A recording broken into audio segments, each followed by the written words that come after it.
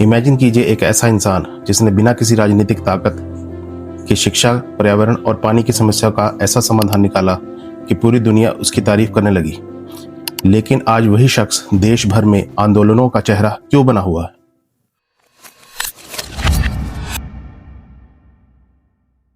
दोस्तों, आज हम जानेंगे सोनम वांगचुक की पूरी कहानी, उनके बचपन और संघर्ष से लेकर मैग्सेसे अवार्ड तक का सफर। 1 सितंबर 1966 को लद्दाख के उलेटोप्को नाम के गांव में जन्मे सोनम वांगचुक का बचपन आसान नहीं था।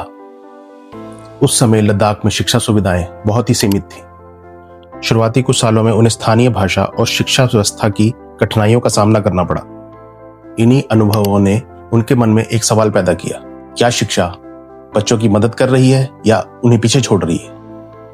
कड़ी मेहनत के बाद उन्होंने national institute of technology Srinagar से मैकेनिकल इंजीनियरिंग की पढ़ाई पूरी की।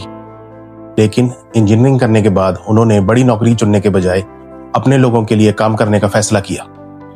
1988 में उन्होंने अपने साथियों के साथ सेक्मोल की स्थापना की, जिसका फुल फॉर्म है student educational and cultural movement of Ladakh.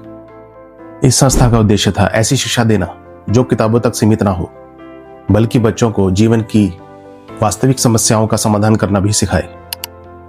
सेक्मोल का कैंपस आज पूरी दुनिया में अपने सोलर ऊर्जा पर आधारित पर्यावरण अनुकूल और लर्निंग बाय डूइंग मॉडल के लिए जाना जाता है।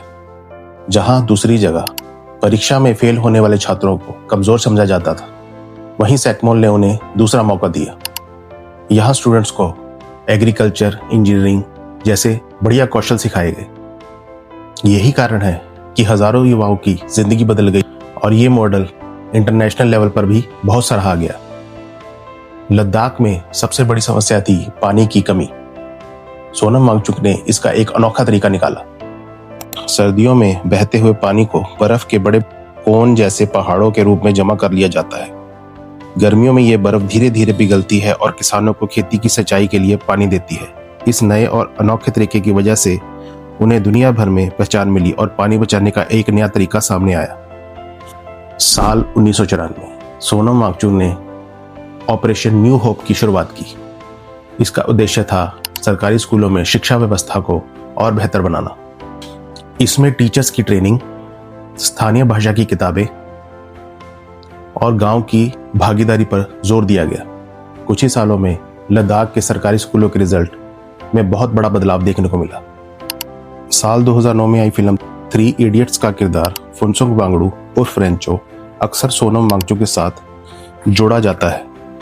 हालांकि सोनम सर ने कई बार कहा है कि फिल्म में उनकी पूरी जीवनी नहीं है, लेकिन उनके अनोखे आइडियाज और शिक्षा के विचारों ने किरदार को काफी प्रभावित किया है। लेकिन फिल्म के मेकर्स ये कहते हैं कि जब 3 इडियट्स फिल्म आई थी, वह सोनम वांगचुक को जानते नहीं थे। क्या सच में? Maybe that's what Chatur was thinking. But I want to tell you that neither Raju nor Abhijat were the 2 writers, nor I. We didn't know about Mr. Sonam. मैं मूवी के मेकर्स को यह कहना चाहता हूं कि देश की जनता को इतना भी बेवकूफ मत समझिए। जनता पहले दिन ही थिएटर्स में जाकर यह बता देती है कि कौन सी फिल्म हिट होगी और कौन सी फिल्म फ्लॉप। सोनम वांगचुक का अगला बड़ा सपना एक ऐसा कॉलेज या यूनिवर्सिटी बनाना था जहां कागजी डिग्री से ज्यादा इस बात पर जोर दिया जाए कि स्टूडेंट को असली में क्या काम करना आता है, यानी उनके हुनर और कौशल। इस सोच के साथ उन्होंने हियाल की शुरुआत की, जो कि है Himalayan institute of alternatives Ladakh. इस यूनिवर्सिटी की सबसे खास बात यह है कि बच्चे सिर्फ किताबों से नहीं रटते, बल्कि असली जिंदगी की मुश्किलें और समस्याओं को खुद हल करते हुए सीखते हैं। सोनम वांगचुक के कार्यों को दुनिया भर में सराहा गया। उन्होंने प्राप्त किए Raman Magsaysay award 2018, Rolex award of enterprise, global award for sustainable architecture, CNN IBN real heroes award, Ashoka fellowship. पिछले कुछ सालों में सोनम वांगचुक सिर्फ लद्दाख तक सीमित नहीं रहे, बल्कि वे पूरे देश में शिक्षा को सुधारने, पर्यावरण को बचाने और सरकार को जनता के प्रति जिम्मेदार बनाने जैसे मुद्दों पर लगातार आवाज उठा रहे हैं। तो आज की बात करते हैं दोस्तों। साल 2026 में उन्होंने छात्रों की समस्या और परीक्षाओं में हुई गड़बड़ियां, जैसे नीट पेपर लीक को लेकर एक लंबी भूख हड़ताल शुरू कर दी, जिसने पूरे देश का ध्यान अपनी तरफ खींचा। सोनम वांगचुक प्रतियोगी परीक्षाओं में हो रही गड़बड़ियां जैसे नीट पेपर लीक और छात्रों के भविष्य से हो रहे खिलवाड़ के खिलाफ दिल्ली के जंतर मंतर पर अनशन पर बैठ गए थे। लगातार 20-22 दिन सोनम सर जंतर मंतर पर अनशन पर बैठे थे। अचानक एक सुबह कुछ सादी वर्दी में पुलिस वाले आते हैं और सोनम सर को बड़ी ब्रुटैलिटी के साथ घसीटते हुए ले जाया जाता है। छात्रों और सोनम सर की एक ही मांग थी, जो मौजूदा शिक्षा मंत्री हैं धर्मेंद्र प्रधान इस्तीफा दे।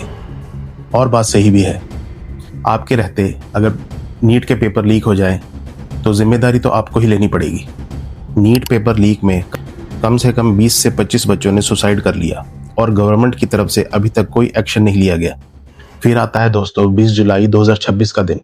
इस दिन को इतिहास के पन्नों में लिखा जाएगा। स्टूडेंट्स पेपर लीक के लिए जंतर मंतर पर एक पीसफुल प्रोटेस्ट कर रहे थे और पुलिस ने निहत्थे स्टूडेंट्स पर इतनी बेरहमी से लाठीचार्ज किया। पहले ये देखिए दोस्तों।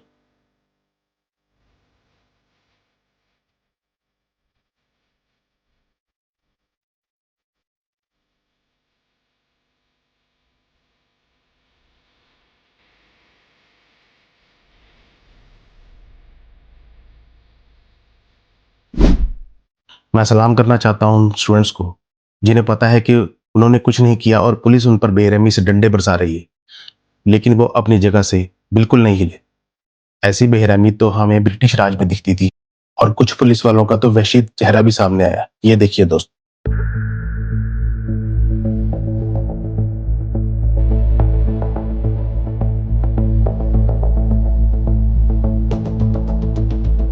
सोनम वांगचुक की कहानी हमें सिखाती है कि असली बदलाव केवल सरकारों से नहीं बल्कि उन लोगों से आता है जो समस्याओं का समाधान खोजने का साहस रखते हैं।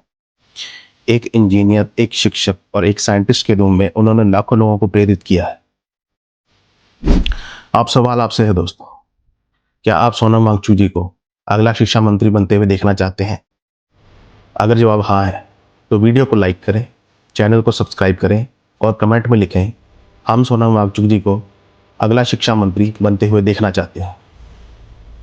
मिलते हैं अगली वीडियो में। धन्यवाद।